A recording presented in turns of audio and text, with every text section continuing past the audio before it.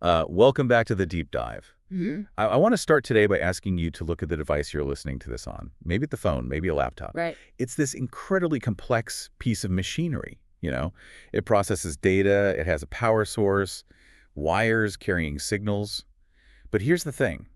If you drop your phone and crack the screen, or if the battery swells up, the phone doesn't panic. No, it definitely doesn't. Right. It doesn't try to reroute its own circuits to bypass the damage. It Yeah. doesn't scream for more electricity. And it certainly doesn't have a personality that just disappears if one specific microchip gets overheated. Exactly. But today, we are talking about the only machine in the known universe that actually does all of that. We're tackling the nervous system. Hmm. And not just the brain, but the whole sensory neural system, too. The eyes, the ears, those delicate instruments that let us navigate the world. It's the master controller. But as we're going to see today, it is also incredibly fragile. It's a system where the absolute physics of pressure and flow dictate everything. Yeah, we have a massive stack of research to get through today. Textbook chapters, clinical guidelines, nursing protocols. And the mission for this deep dive, as I understand it, isn't just to memorize anatomy. It's really about crisis management. We are looking at what happens when the command center comes under attack. That is exactly the right framing. Whether we're talking about a tumor growing slowly over several months or a massive stroke that alters a life in literal seconds, the job of the healthcare provider, and really the job of anyone observing these patients, is to stop the cascade. A secondary injury. Yeah, exactly. Because in neurology, the primary injury often isn't what kills the patient. It's the secondary injury. It's what happens next. I saw a phrase in the reading that really stuck with me. Time is tissue. Oh, it's the absolute mantra. You hear time is muscle in cardiology. Yeah. But in the brain, time is tissue. And let's be more specific here. Time is function. Time is memory. Time is the ability to recognize your children or speak your own name. So when we talk about saving tissue, we are talking about saving the essence of the human being. That raises the stakes considerably.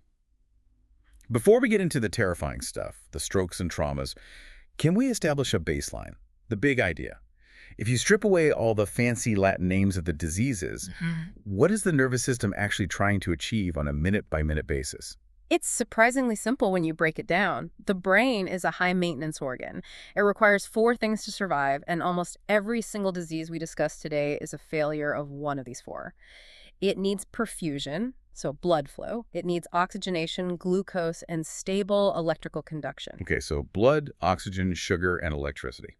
That's the formula. The brain is an absolute hog. It takes up, maybe 2% of your body weight, but it consumes 20% of your oxygen and glucose. Wow. And it has almost no reserves. It doesn't store sugar like the liver does. So if you cut off the perfusion, the delivery trucks, for even a few minutes, the lights just go out.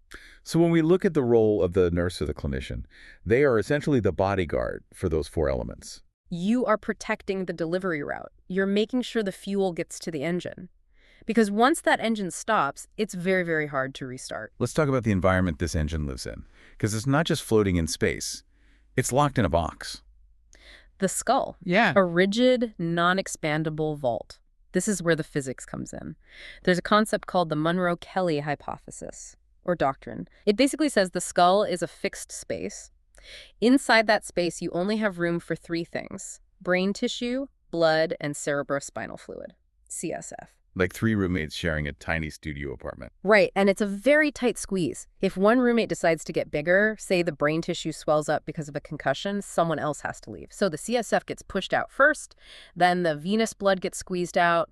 But if the swelling continues... There's nowhere left to go. Nowhere. The pressure rises, and that crushes the healthy tissue. Which brings us to an equation I saw repeated constantly in the notes. I usually hate math on this deep dive, but this one seems critical. CPP equals MAP minus ICP. Can you break that down for us? Gladly. This is the holy grail of neurocritical care. CPP stands for cerebral perfusion pressure. That is the net force pushing fresh oxygenated blood into the brain tissue. We want this number to be healthy, usually above 60 or 70. So CPP is the goal. We want good flow. Correct. Now, how do we get that flow? We have the MAP, the mean arterial pressure. Think of that as the strength of the heart pumping blood up the neck and into the head. That's the push. Okay, the push in and the ICP. ICP is intracranial pressure. That's the resistance inside the skull pushing back. So if you have a lot of swelling or a tumor in the brain, your ICP is high. And if your blood pressure is low, your MAP is low. You cannot push blood into the brain. The door is shut tight. So it's a tug of war. The heart is pushing in, the skull pressure is pushing back. And this creates a really vicious cycle. Let's say a patient hits their head. The brain swells. ICP goes up.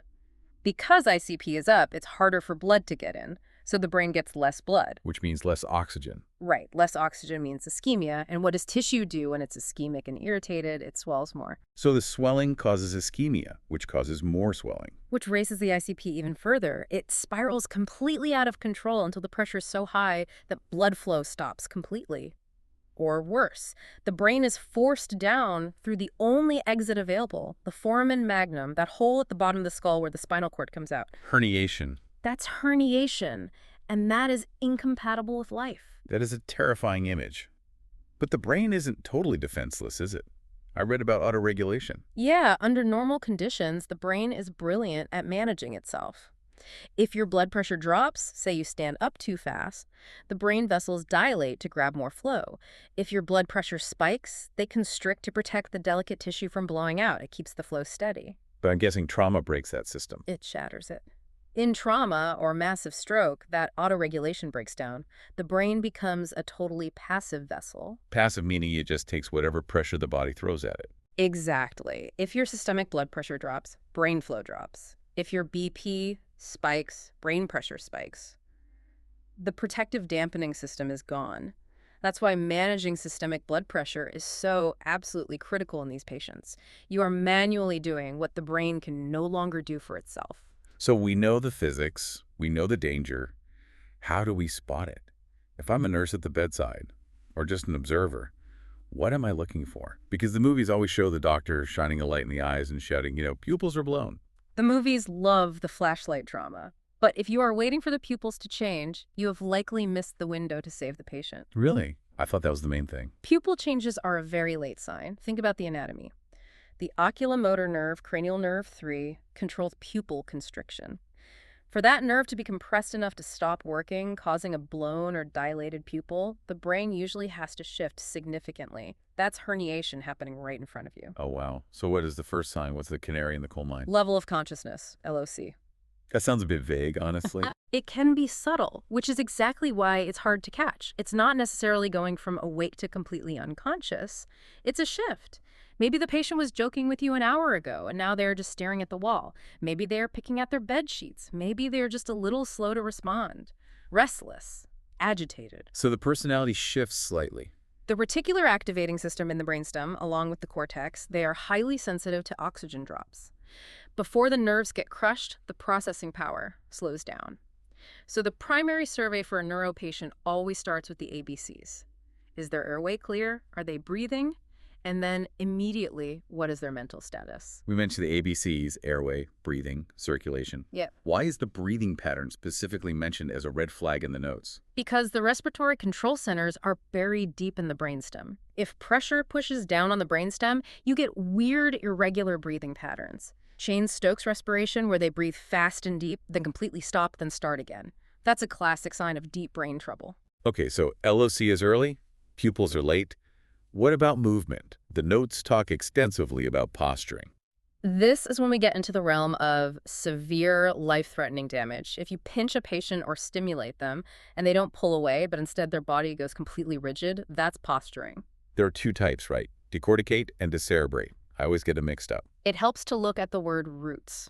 Decorticate means without the cortex. The higher thinking brain is essentially disconnected, but the pathways below are still firing. In decorticate posturing, the arms flex in tightly toward the chest. Hands toward the cord or the core. Right. They look like they're holding a mummy pose.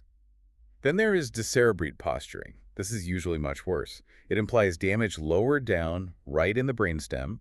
The arms extend straight out, stiff as boards, and the hands curl outward. So if you see that, the connections to the body are being severed or crushed. It is a grave clinical sign, but there is one sign that is the ultimate alarm bell. The code red. It's called Cushing's triad. I want to unpack this because it seems really counterintuitive to me.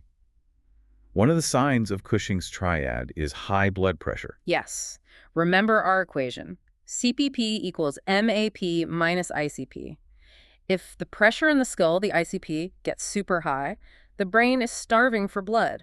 It signals the heart, hey, we are dying up here, send more pressure. So the heart pumps harder and harder. Systolic blood pressure shoots through the roof. Can try to force the door open. Exactly. But the muscles are compressed. So you get this widening of pulse pressure. The top number goes way up, say to 190, but the bottom number stays the same, maybe around 80. At the same time, because the pressure inside the skull is crushing the vagus nerve and the brainstem, the heart rate drops. Bradycardia. So very high blood pressure, but a very low heart rate. And the third leg of the stool is irregular respirations. That triad hypertension with widening pulse pressure, bradycardia, irregular breathing, that is Cushing's triad. It means herniation is imminent. If you see this, you are sprinting to the OR or pushing emergency meds. Let's talk about those interventions. We are moving into section 2 now, managing this pressure. We know the skull is a rigid box. How do we make room? We can't shrink the brain tissue easily. We obviously can't shrink the skull. So we focus on the fluids, blood and CSF. And the most basic fundamental nursing intervention is simply positioning. The notes emphasize keeping the head of the bed at 30 degrees. Why exactly 30? Why not sit them straight up at 90? It's the Goldilocks zone. If you lay the patient flat, gravity prevents the venous blood from draining out of the head. It pools up there, ICP goes up. But if you sit them straight up at 90 degrees, gravity works too well against the heart pumping up, and you might lower the MAP, the inflow pressure, way too much. 30 degrees promotes venous drainage without killing the arterial perfusion. And what about head alignment? Crucial. You have two big drain pipes in your neck, the jugular veins. If you turn the patient's head to the side, you kink that hose, blood backs up, pressure rises. You have to keep the head perfectly midline, like they're looking straight forward. The notes also mention avoiding hip flexion. That seems so random. What do the hips have to do with the brain? It's all one connected hydraulic system. If you bend the hips sharply, you squish the abdomen. Increased abdominal pressure pushes up on the diaphragm. Increased chest pressure prevents blood from draining down from the brain. It's a huge traffic jam, so no tight bends at the hips. And then there's gas exchange, CO2. Carbon dioxide is a massive dial for brain volume. CO2 is a potent vasodilator. If you hold your breath and CO2 builds up, the blood vessels in your brain pop open wide to wash it out, Which takes up more physical space in the skull. which raises ICP. So in a neurocrisis, we watch the CO2 like a hawk. We definitely don't want it high. Sometimes we even hyperventilate the patient slightly on the ventilator to blow off CO2 and shrink those vessels down just to buy some room. Let's pivot to the physical trauma itself. Yeah. Traumatic brain injury. TBI. We have skull fractures. I feel like TV shows always miss the subtlety here. Oh, they always do. They show a cracked bone on an X-ray. But the real danger in a skull fracture is often what it tears underneath. Basilar skull fractures, which are breaks at the very base of the skull, are tricky because you usually can't see them directly. You have to look for the clinical clues. Clues like battle sign. Right, that's bruising right over the mastoid process, the hard bone just behind your ear. It takes time to develop, usually 24 hours after the injury. Yeah, and raccoon eyes. Periorbital ecchymosis, deep bruising around both eyes. It tells you there is a fracture in the anterior floor of the skull. And then the fluid leak. This halo sign. This is a phenomenal bedside test. If a patient with a head injury has a runny nose or clear fluid coming from their ear, you don't just hand them a tissue and wipe it away. You need to know, is this just snot or is this cerebrospinal fluid leaking out? Because if it's CSF, the sterile seal around the brain is broken. They are at huge risk for meningitis. Exactly. So you let a drop of that fluid fall on a piece of gauze or a tissue. Blood is heavy, it stays in the middle. CSF is watery, it spreads out faster. So you get a red spot in the center with a yellowish ring spreading around it. A halo. Or a target sign. There's a gigantic bolded warning in the notes regarding these basilar fractures. No NG tubes. This is a never event in nursing. If the cribriform plate, the thin bone at the top of the nasal cavity, is fractured, and you blindly shove a nasogastric feeding tube up the nose, You go straight into the brain. you go right into the cranial vault, there are literal horror stories of tubes showing up coiled inside the frontal lobe on a CT scan. If there's facial trauma or a suspected basilar skull fracture, you go through the mouth, or a gastric tube, period. Wow. Let's talk about the bleeds, hematomas. We have subdural and intracerebral. What's the difference in how they present? It's usually about the speed of onset. A subdural hematoma is a venous bleed. It happens in the tiny bridging veins between the brain and the dura mater. Veins are low-pressure systems, so they bleed very slowly. So this is the slow burn. We see this all the time in the elderly. As we age, our brains shrink a little bit. Atrophy. That stretches those bridging veins tight. Grandma falls in the bathroom, bumps her head, but gets up and says she feels fine. But that vein has a tiny tear. It drips and drips. 2 weeks later, she's confused, drowsy, maybe dragging a foot. And everyone around her thinks it's rapidly advancing dementia or maybe a UTI. Exactly. But it's actually a massive pool of old blood compressing the brain. We call it the great imitator. Contrast that with an intracerebral hemorrhage. That is bleeding inside the actual brain tissue itself. This is often driven by severe hypertension. A vessel bursts deep in the brain. It's arterial, it's high pressure, it destroys tissue like a pressure washer, and it causes massive swelling fast. This patient crashes extremely quickly. Speaking of things growing in the brain and taking up space, let's move to section 3.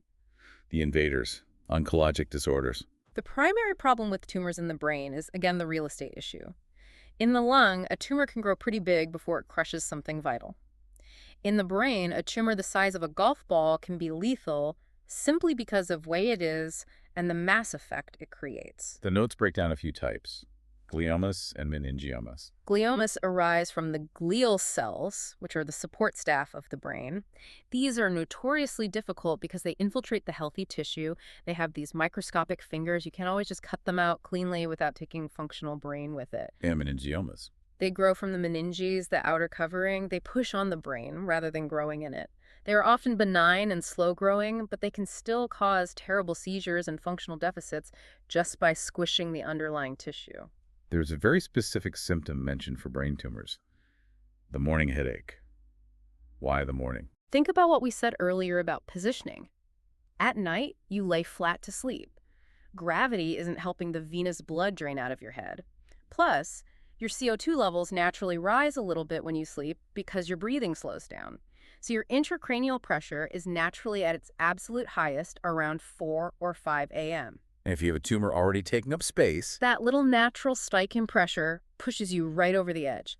The patient wakes up with a pounding, severe headache that miraculously gets better after they've been up and walking around having coffee for an hour. That is a classic brain tumor red flag. I want to touch on spinal cord tumors too.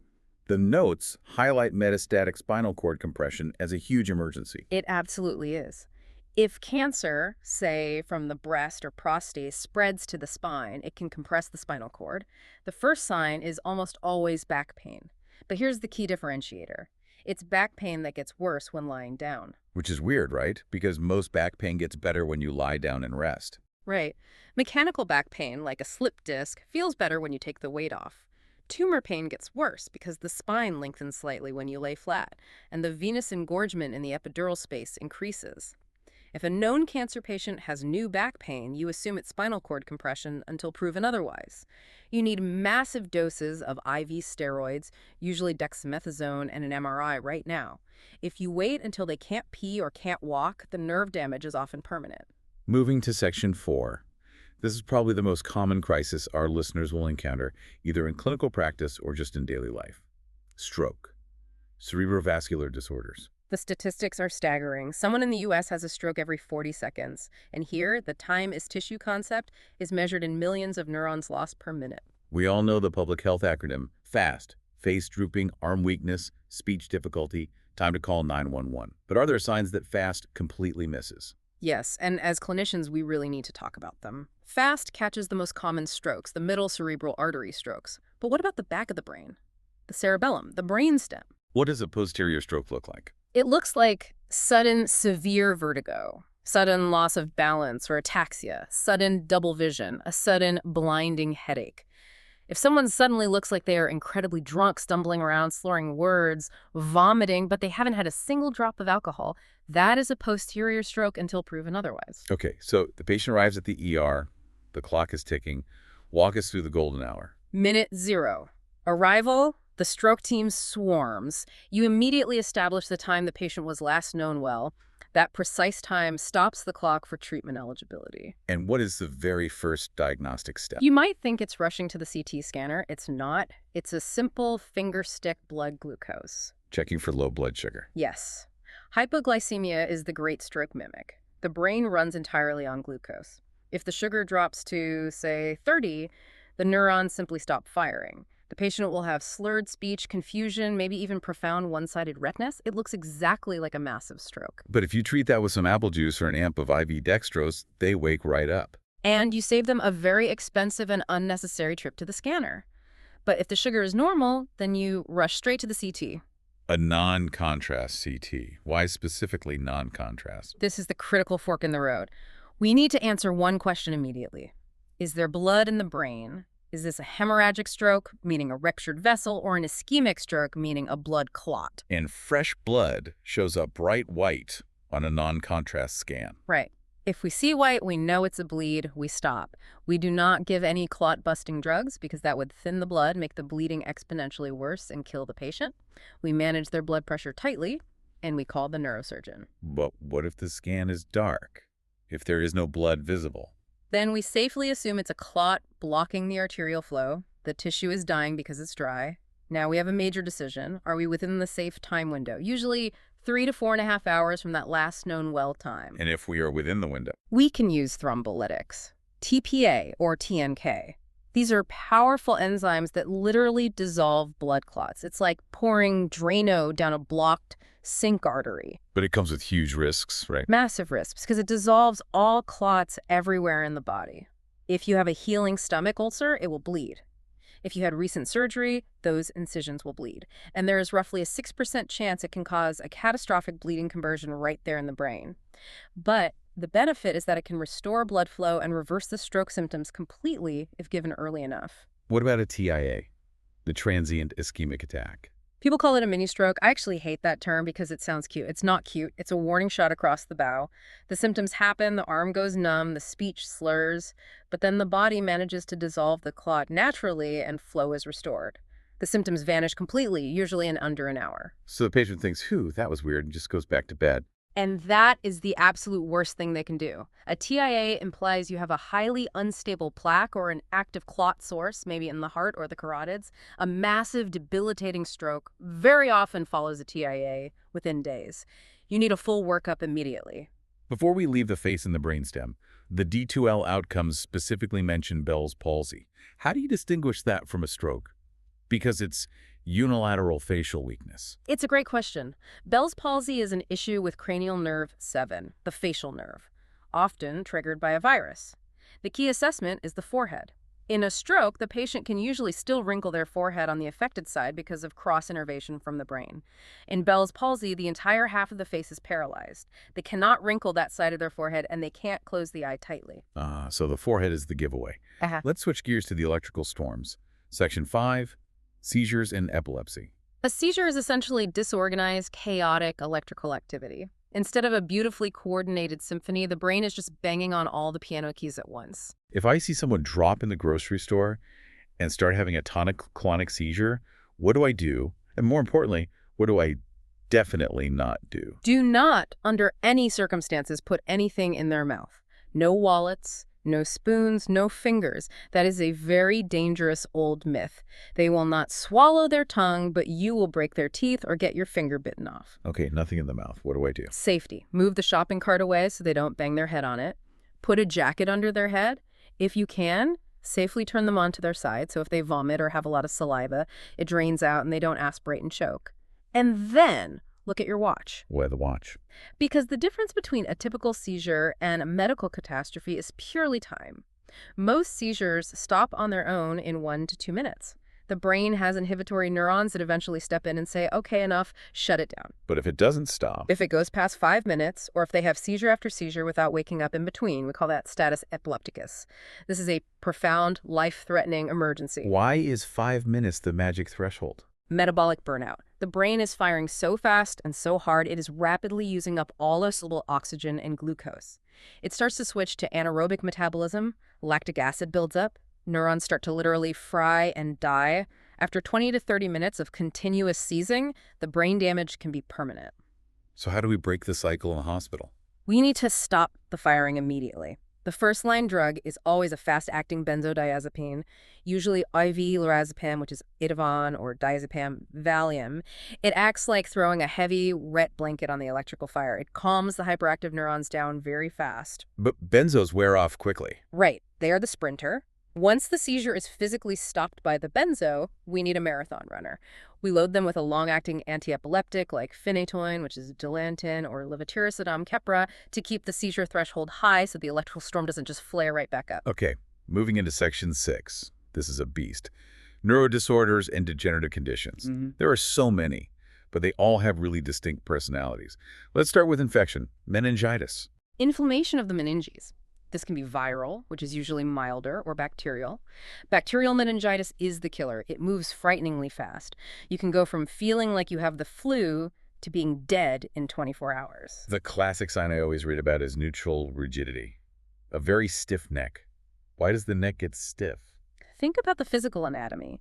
The meninges cover the entire brain and go all the way down, wrapping the spinal cord. When you bend your neck forward, you are physically pulling and stretching the spinal cord and those meninges. If those membranes are infected, inflamed, and swollen, stretching them causes excruciating pain and spasms. The neck muscles literally lock up to prevent you from doing it. So they literally cannot touch their chin to their chest. Correct. Combine that with a high fever, a severe throbbing headache, and photophobia, meaning light, physically hurts their eyes. If a nurse in the ER suspects this, what is the absolute first priority? Isolation, droplet precautions, immediately. Before you take them for the CT scan, before you set up the lumbar puncture, you put a mask on the patient and get them in a private room. Bacterial meningitis is highly contagious. You have to protect the herd. Now let's look at the autoimmune crew. Multiple sclerosis, MS, myasthenia gravis, MG, and Guillain-Barré, GBS. It is very easy to get this alphabet soup mixed up. It is. The best way to separate them is by where the problem is located. MS is a problem of the central nervous system, the brain and spinal cord. The immune system attacks and eats away the myelin sheath, the protective insulation off the nerves. So the electrical signals get fuzzy or slow or completely blocked. Right, and because it's happening in the CNS, the symptoms can be literally anything: vision loss, numbness, profound fatigue, stumbling. But a key feature of MS is that it is often relapsing and remitting, and crucially, it hates heat. Heat, like summer weather. Yes, it's called the Uthoff phenomenon. Heat makes the conduction of electrical impulses even less efficient in demyelinated nerves. So taking a hot shower or just being outside on a hot summer day can make an MS patient suddenly feel incredibly weak or even temporarily lose their vision. Now contrast that with myasthenia gravis, MG. MG happens at the neuromuscular junction.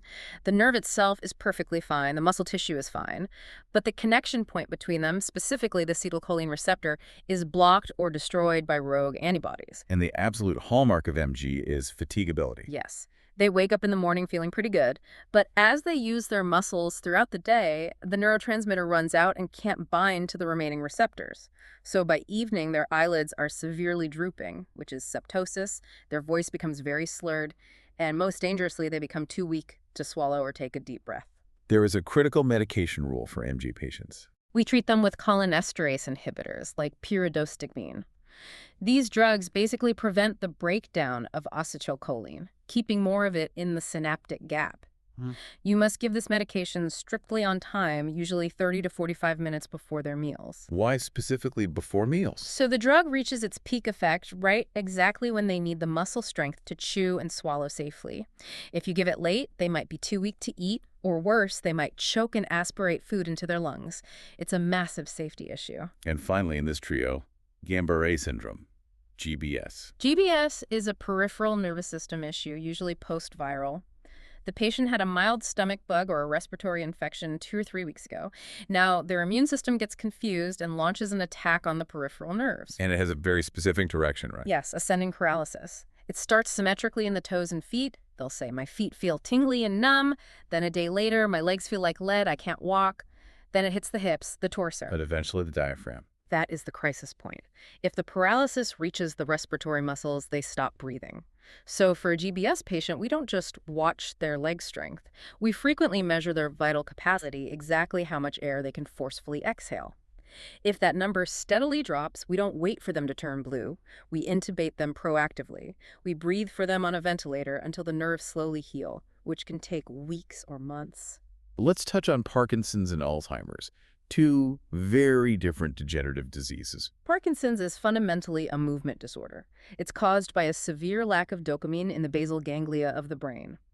Dopamine is what allows for smooth, coordinated, purposeful movement.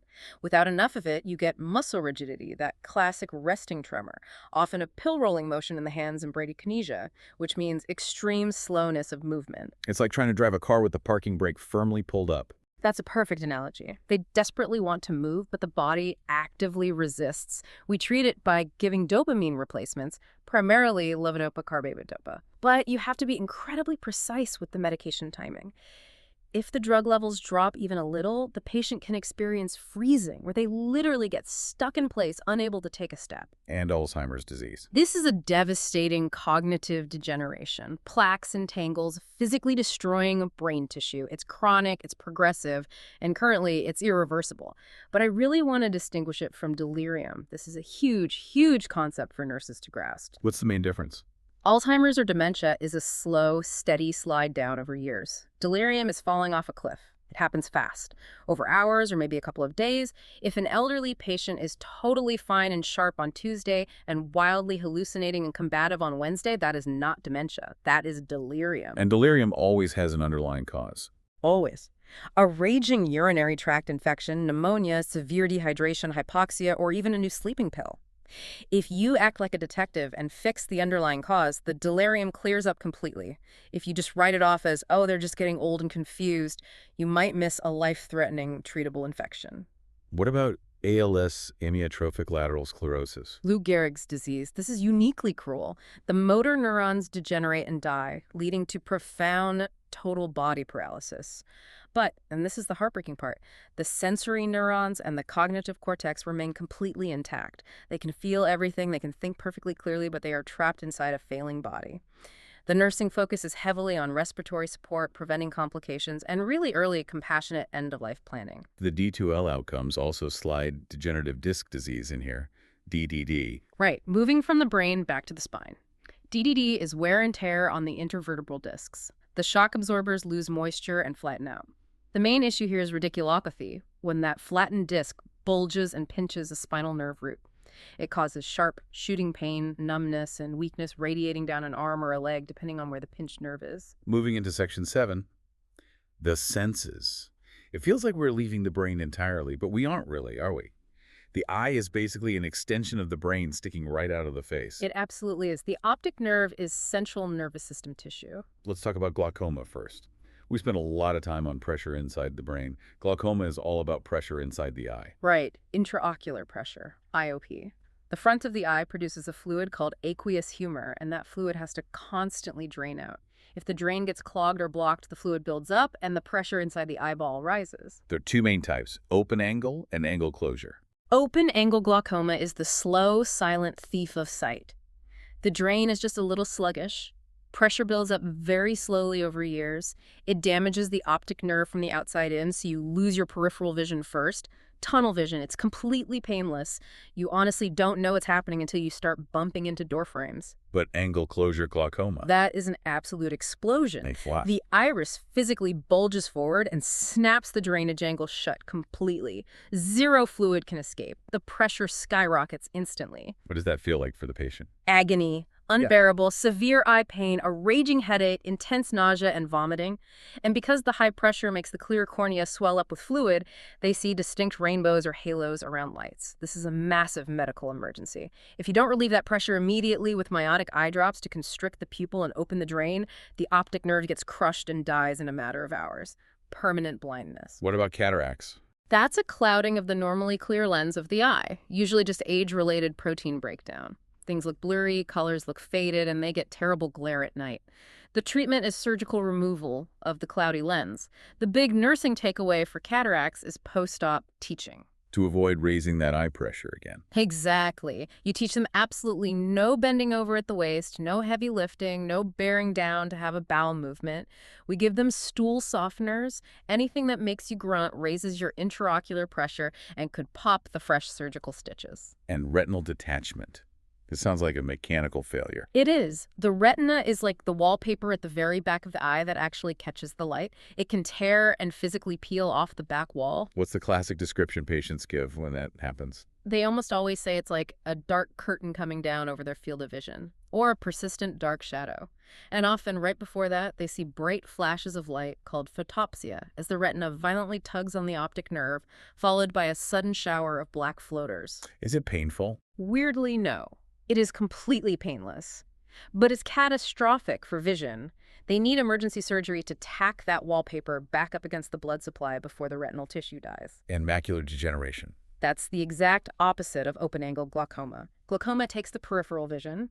Macular degeneration destroys the macula, the very center of the retina, so they lose their central high-resolution vision. They can see the clock on the wall, but they can't read the hands. We have them use an Amsler grid, a grid of straight lines, to monitor it at home. If the straight lines start looking wavy, it's getting worse. We should quickly mention conjunctivitis since it's in our outcomes. Pink eye. Right, inflammation of the conjunctiva. The big thing here is differentiating and infection control. If it's bacterial, you'll see thick, yellow-green, crusty discharge. Viral is usually more watery. Either way, it is insanely contagious. The nursing priority is relentless hand washing and teaching the patient not to share towels or pillowcases. Let's transition to the ear. Hearing imbalance. Meniere's disease. This is a chronic fluid imbalance and overproduction of endolymph deep in the inner ear. The patient gets hit by a very specific triad of symptoms: severe vertigo, tinnitus, which is a loud ringing or roaring in the ear, and fluctuating sensorineural hearing loss. The vertigo can be absolutely devastating, right? It's floor-meeting vertigo. The room is spinning so violently they vomit. They absolutely cannot stand up. They just have to lie flat on the floor and hold on. The absolute top nursing priority here is safety. Fall precautions. When they are having an attack, keep them in bed, side rails up, call light in hand. And interestingly, diet plays a huge role in managing it. A strict, low-sodium diet. Salt holds water. We want to reduce the total amount of fluid building up in the inner ear, so we severely cut the salt intake. Let's talk about hearing loss generally. There's sensorineural, like Meniere's, and conductive. Otosclerosis is mentioned in the outline. Otosclerosis is a classic cause of conductive hearing loss. It's an abnormal bone growth in the middle ear, specifically the stapes bone. It essentially gets stuck and can't vibrate to transmit sound waves, so the sound never makes it to the inner ear. It can often be fixed surgically. And we also have to watch out for medications causing hearing loss. Ototoxicity. Yes, several common drugs, especially strong IV antibiotics like vancomycin or gentamicin, and certain loop diuretics can permanently damage the cranial nerve for hearing.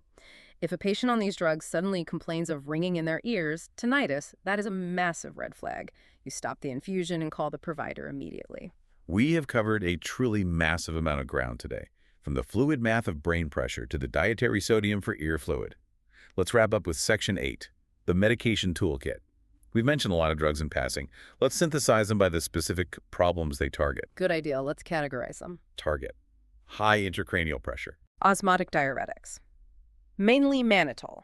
It is a dense sugar alcohol that sits in the bloodstream and literally sucks excess water out of the swollen brain tissue like a sponge, pulling it into the blood so you can pee it out.